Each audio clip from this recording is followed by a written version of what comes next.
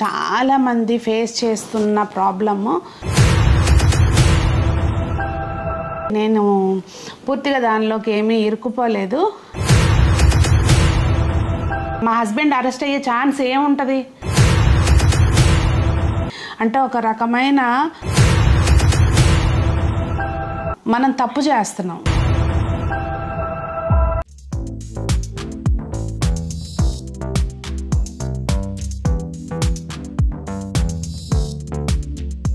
పెద్దలందరికీ నమస్తే, జై శ్రీమన్నారాయణ అండి. అందరికీ, పిల్లలందరికీ హాయ్. ఎలా ఉన్నారు? అందరూ బాగున్నారా? మేము చాలా బాగున్నాం అండి. మీరు కూడా చాలా చాలా బాగున్నారని, బాగుండాలని ఆశిస్తున్నాను.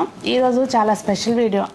అంటే ఇప్పుడు ప్రజెంట్ చాలామంది ఫేస్ చేస్తున్న ప్రాబ్లము నేను కూడా రీసెంట్గా ఫేస్ చేశాను. అంటే నేను పూర్తిగా దానిలోకి ఏమీ ఇరుక్కుపోలేదు.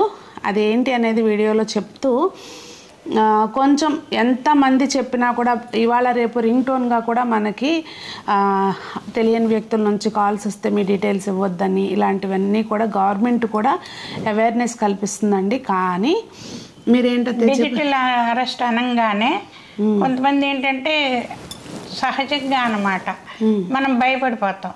దాన్ని వాళ్ళు అడ్వాంటేజ్గా తీసుకుని మనని బెదిరించి అన్నీ చేసి మన డబ్బంతా, మన సంపాదన అంతా అండి దాచుకున్నదంతా దోచుకుంటున్నారు. మనం ఎంత ఎంప్లాయీస్ అయినా ఎంత తెలిసినా కూడా ఆ క్షణంలో మనం అనుకోని రకంగా భయం కలిగి దాని వాళ్ళకి లొంగిపోతున్నాం అన్నమాట. కొద్దిగా ధైర్యం చేసుకుని గవర్నమెంట్ చెప్పినట్టు 1930 కానీ లేకపోతే ఈ పోలీసులకి 100 ఉంటుంది కదండి, దానికి కానీ ఫోన్ చేయగలిగితే మనం చాలా సేవ్ అవుతామండి. రీసెంట్గా మా వాళ్ళకి కూడా జరిగిందంట అలాగూ. దాని గురించి సునీత చెప్పు. అయితే ఒకరోజు ఈవినింగ్ అరౌండ్ 6 ఆ టైంలో కాల్ వచ్చిందండి. నేను ఊరికే కింద రూమ్లో అలా పడుకుని ఏదో ఫోన్ చూస్తున్నాను. ఫోన్ రింగ్ అయింది. అంటే వాట్సాప్ కాల్ వచ్చిందనమాట. అనాలోచితంగా, అంటే మనం ప్రతిసారి నెంబర్స్ చెక్ చేసుకోం కదండి, అన్నీ సేవ్డ్ నెంబర్స్ నుంచే కాల్స్ కూడా రావు కదా. అనాలోచితంగా నేను కూడా ఎత్తేసాను ఫోను. ఎత్తంగానే బాతూరి శ్రీధర్ గారు, మీకేమవుతారు, మా హస్బెండ్ అండి, ఈ టైంలో ఇక్కడ అరెస్ట్ అయ్యి ఉన్నారు, మా దగ్గర ఉన్నారు అని చెప్పి కాల్ చేయగానే ఒక క్షణం ఎవరమైనా కానీ షాక్లోకి వెళ్ళిపోతాం అన్నమాట. కానీ అక్కడ ఏం జరిగిందంటే అప్పుడే జస్ట్ ఒక 5 మినిట్స్ క్రిందట మా వారు ఇంటి దగ్గర కాఫీ తాగి వెళ్ళారనమాట. వెళ్ళినా కూడా ఏంటంటే మనకు తెలియదు కదా దేనికి ఏంటి అసలు. ముందు మనం నమ్ముకోవాలండి. ఇలాంటి వాటిలో ఇరుక్కుపోకుండా ఉండాలంటే మనల్ని మనం నమ్ముకోవాలి. మనం చేసే పని ఏంటి, అసలు మనకు వాస్తవంగా అలాంటి అరెస్ట్ అయ్యే అవకాశాలు ఉన్నాయా లేవా, ఇవన్నీ కూడా మన మీద మనకు నమ్మకం ఉండాలనేది నేను ఫస్ట్ అది చెప్తా. అంతే కదా. ఇప్పుడు మా హస్బెండ్ అరెస్ట్ అయ్యే ఛాన్స్ ఏముంటుంది, అంత తప్పు. ఇప్పుడు ఏదన్నా రోడ్డు మీద వెళ్ళేటప్పుడు ఏదన్నా జరిగినా కూడా, ఏదన్నా కారుకి ఏదైనా తగిలినా చేసినా అది వేరు, యాక్సిడెంట్ అయ్యిందని అట్లా చెప్తారు కదా. డ్రగ్స్ వస్తున్నాయి, చెప్పారు, డ్రగ్స్ తోటి పట్టుకున్నాము అని చెప్పి డైరెక్ట్గా ఇదే మాట అన్నారు. అంటే ఇంకా అసలు 100% మనకి దాని మీద ఎటువంటి పరిస్థితుల్లో నాకు జరిగే అవకాశం లేదని నాకైతే క్లారిటీ ఉంది కదా. ఎమ్మటే సంజన ఇక్కడ ఉంది. ఇంకొకటి ఏంటంటే మీ పాప, ఎమ్మటే మీ పాప ఏం చేస్తుంది, మీ అబ్బాయి ఎక్కడున్నాడు, ఇవన్నీ అడిగారు. అడిగితే మా పాప చదువుకుంటుందండి అని చెప్పాను. ఇంక అంతకంటే ఎక్కువ వివరాలు ఏమి ఇవ్వలేదు. ఫస్ట్ ఇది అడిగినాక మీ వారు ఇలా అరెస్ట్ అయ్యారని చెప్పారనమాట. ఇంకా నాకు అర్థమైపోయి ఫోన్ కట్ చేసేసి బయటకు వచ్చి సజ్జనాకు చెప్తే, అవునా ఇప్పుడే కదా మా డాడీ వెళ్ళింది, అయినా అలా ఎలా చెప్తారు అనుకున్నాము. సరదాగా నవ్వుకుని పెట్టేశాము. కానీ తర్వాత ఇది జరిగింది ఇప్పుడు కాదండి, 2 months అయిపోతుంది అత్తయ్య. మేము దీపావళికి ముందు జరిగింది ఇది. నవ్వుకుని పెట్టేశాము. కానీ రీసెంట్గా ఇవే వ్యవహారాలు ఎక్కువవుతుంది. ఒకరోజు సరిత మేము బయటకు వెళ్తున్నామండి. కార్లు ఇలా కూడా కాల్స్ వస్తున్నాయి. వెళ్తున్నాము, కారులో కాల్ అనమాట సరితకి. ఎవరో పేరు చెప్పారు. కాలు ఎవరు లేడీసే పైగా, అబ్బాయిలు కూడా కాదు. కాలు ఎత్తి సరిత ఏదో పేరు చెప్తే పలానా వాళ్ళు మీకేమవుతారు అని అడిగారు. అంటే కావాలని ఒక్కోసారి మనం సరదాగా తను ఏం చేసిందంటే ఎత్తుకోదేస్తే 2 అవుతారు అని అంది. సేమ్ ఇట్లానే అంటే ఫేక్ కాల్ అనేది అర్థమయ్యి ఇలా చెప్పింది అనమాట.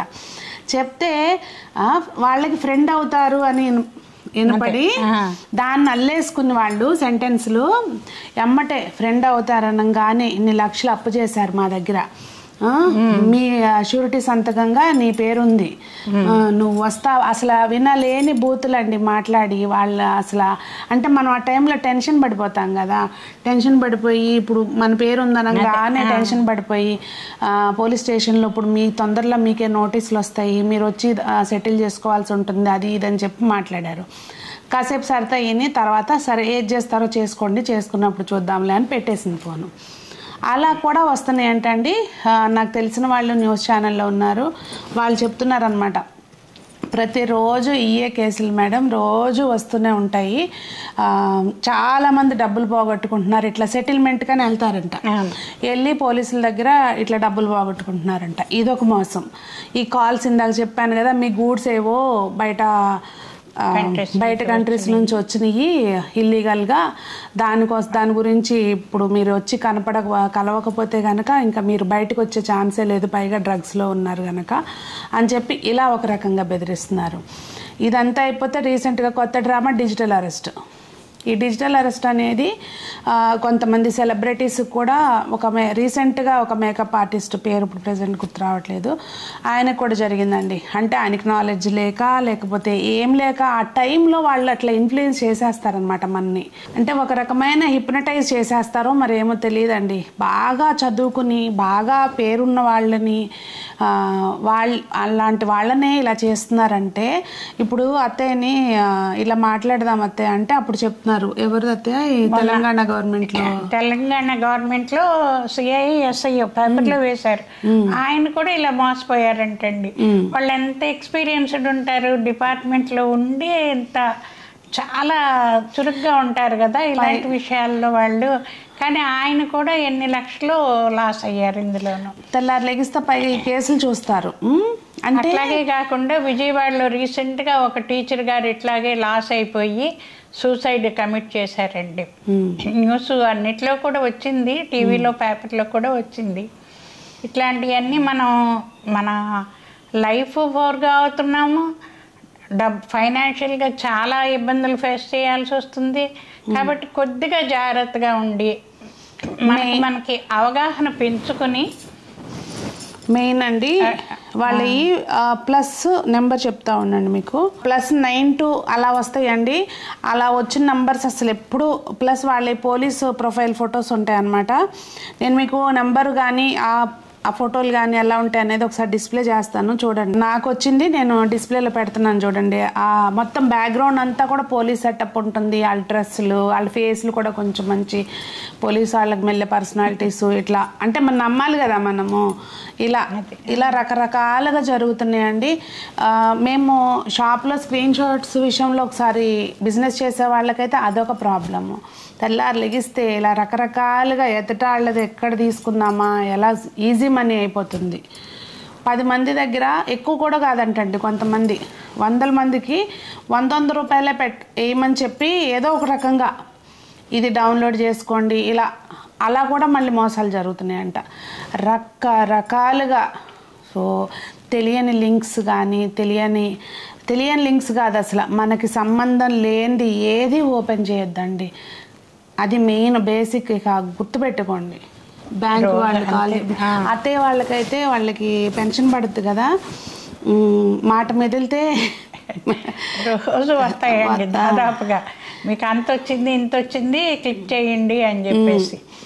ఇంకొకటి పైగా అమౌంట్లు కూడా ఎక్కువ రావట్లేదంటే ఈ మధ్య. అంతకుముందేమో లక్షల్లో వచ్చాయి, ఇప్పుడు 9200 10,100 అంటే దేనికో.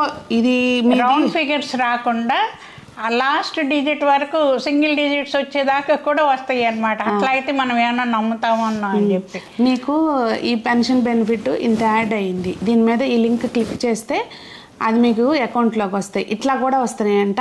ఈ యాడ్ అయితే మన బ్యాంక్ అకౌంట్లోకి ఆటోమేటిక్గా పడిపోతాయండి. మీరు ఎటువంటి లింకులు ఓపెన్ చేయొద్దు. ఒకవేళ వాస్తవంగా మనకి ఏదైనా అమౌంట్ రావాల్సి ఉంటే ఎవరి దగ్గర నుంచైనా ఆటోమేటిక్గా బ్యాంక్ అకౌంట్స్లో పడిపోతే, లేదు అంటే డైరెక్ట్గా బ్యాంక్కి వెళ్ళి చెక్ చేసుకొని తప్పించి అన్వాంటెడ్ లింక్స్ ఏమీ ఓపెన్ చేయొద్దు. ఇదొకటి. రెండోది మన పిన్ నెంబర్స్ ఎవరికి ఎట్టి పరిస్థితుల్లోనూ షేర్ చేయొద్దు. ఎట్టి పరిస్థితుల్లోనూ షేర్ చేయొద్దు. ఫోన్లో వాట్సాప్లో వాటిల్లో సేవ్ చేసుకుని మెసేజ్లు పెట్టుకోవటము ఇట్లా కూడా చేయొద్దు. ఇంకా బ్యాంక్ నుంచి చేస్తున్నాము అని చెప్పి పిన్ నెంబర్స్ అడుగుతూ ఉంటారు. బ్యాంక్ నుంచి ఎవ్వరు ఎప్పుడు ఏ పిన్ నెంబరు అడగరండి. మనకి ఎట్టి పరిస్థితుల్లోనూ కూడా కంటిన్యూస్గా మెసేజ్ చేస్తున్నారు బ్యాంక్స్ వాళ్ళు కూడా. ఎవరికి చెప్పొద్దు, చెయ్యొద్దు అని చెప్పి చేస్తూనే ఉన్నారు. ఈ మధ్య ఇప్పుడు మనం ఏదైనా కార్డు వాడుతున్నా కానీ ఎక్కువ అమౌంట్ వాడేటప్పుడు మనకి కన్ఫర్మేషన్ కాల్ కూడా వస్తుందండి. ఇది మీరేనా అని చెప్పి మనకు కన్ఫర్మేషన్ కాల్ వచ్చినాకే ఓటీపీ జనరేట్ అవుతుంది. అలా కొంచెం అన్నీ కూడా డబల్ చెక్ చేసుకున్న తర్వాత మాత్రమే ప్రొసీడ్ అవ్వండి ఆన్లైన్ ట్రాన్సాక్షన్ చేసుకునే వాళ్ళు ఎవరైనా కూడా. ఇది మెయిన్ ఈ వీడియో చేయడానికి రీజన్ ఏంటంటే, ఎవరు ఎన్ని అవేర్నెస్లు చెప్పినా కూడా ఇంట్లో ఉండే లేడీస్ దాకా వెళ్ళాలి అనే ఉద్దేశంతో మా వంతుగా మేము చెప్తున్నాము. చాలామంది దీని గురించి క్యాంపెయినింగ్ చేస్తున్నారు. గవర్నమెంట్ యుద్ధ ప్రాతిపదిక మీద చేస్తూనే ఉంది. కానీ మనిషిలో కూడా కొంచెం వేల కోట్లు మన తెలుగు రాష్ట్రాల్లోనే ఈ సంవత్సరం అట్లా సైబర్ నేరాల కింద వాళ్ళ నేరస్తుల కింద వెళ్ళిపోయినాయి అంటండి. విత్ ఇన్ 1 అవర్ కనుక మనం తర్వాత ఒకవేళ జరిగినా కూడా విత్ ఇన్ 1 అవర్ మనం 1930కి ఇన్ఫార్మ్ చేసిన, పోలీసులకి ఇన్ఫార్మ్ సైబర్ క్రైమ్కి ఇమీడియట్గా వెళ్ళి రికవరీ చేయగలరంటండి. ఈ తర్వాత మాత్రం పట్టుకోలేరంట. అవి ఎక్కడో కాశ్మీర్లోనూ అక్కడ ఉంటాయి ఏంటండి. ఇమీడియట్గా వాళ్ళు మళ్ళీ అది ఆ అమౌంట్ని ప్లెంటీ ఆఫ్ అకౌంట్స్లోకి ట్రాన్స్ఫర్ చేసేస్తారంట. ఇలా మన కష్టపడే రూపాయిని ఎవరి చేతిలోకి అన్నెసరీగా వెళ్ళనివ్వకండి. చాలా జాగ్రత్తగా ఉండండి. మా వంతుగా అవేర్నెస్ కోసం ఈ వీడియో. మీకు ఏమైనా అనుభవాలు ఉంటే ఇలాంటివి, మీకు తెలిసిన వాళ్ళవి కానీ ఏదైనా జరిగిందండి, వాళ్ళకి ఇట్లా అయ్యిందండి, ఇలాంటి సిచ్యువేషన్లో ఇలా అయ్యిందండి అని ఏదైనా జరిగితే కామెంట్స్లో చెప్పండి. కామెంట్స్ చాలామంది చదువుతారు కనుక ఒక అవేర్నెస్ లాగా అనిపిస్తుంది, తెలుస్తుంది. ఇంకొకటి ఎప్పుడు కూడా అండి, మీకు ఇంత వచ్చింది అని కనుక మెసేజ్ వస్తే అసలు అది ఆశపడ్డాము అంటేనే అక్కడే మనం మోసపోవటం కాదు, మనం తప్పు చేస్తున్నాం అక్కడ. అది గుర్తుపెట్టుకోండి. అత్యాశకి వెళ్ళకూడదండి. వాళ్ళు ఏం చేస్తున్నారంటే ఒక 100 రూపాయలు వేయండి, మీకు అలా చేస్తే ఇలా చేస్తే అదంటే అవి డబల్ అవుతుంది, త్రిబుల్ అవుతుంది అని మళ్ళీ ఒక 1000 వేస్తున్నారు. మళ్ళీ ఆ 1000కి మళ్ళీ చేసి మళ్ళీ ఒక 7-8 వేలో 10,000 వేస్తున్నారు. ఈ అక్కడి నుంచి ఉంటుందండి, మీరు డిపాజిట్ చేయండి, ఇంత వస్తుంది అంత వస్తుందని. అప్పుడు మనం ఏదన్నా డిపాజిట్ చేసామా మళ్ళీ మనకి రాబడి. అది సంగతి. జాగ్రత్తగా ఉండండి. అత్యాశకు పోయి మనకు ఉన్నదాన్ని పోగొట్టుకోవద్దు. అలాగే ఎటువంటి నెంబర్స్ లింక్స్ క్లిక్ చేయొద్దు. అలాగే ఎటువంటి పాస్వర్డ్లు ఎవరికి చెప్పొద్దు, ఎటువంటి పిన్స్ ఎవరికి చెప్పొద్దు. జాగ్రత్తగా ఉండండి. ఇంకింతే మేము చెప్పేదైతే. అందరూ బాగుండాలి, అందులో మనం ఉండాలి అని కోరుకుంటూ